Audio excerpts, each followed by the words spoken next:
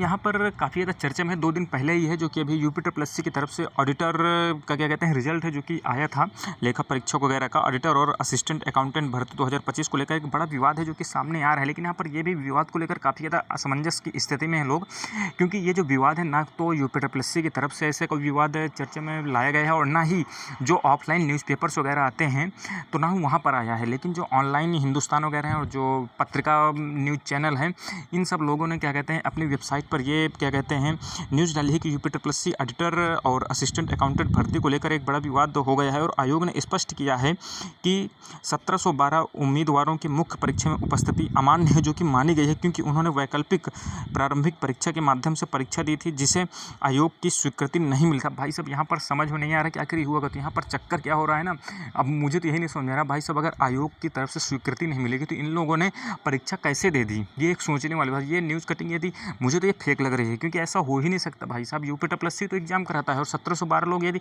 UP triple SC की तरफ से मंजूरी नहीं मिली तो इन लोगों ने पेपर किसको दे दिया, एग्जाम पेपर कैसे छपा।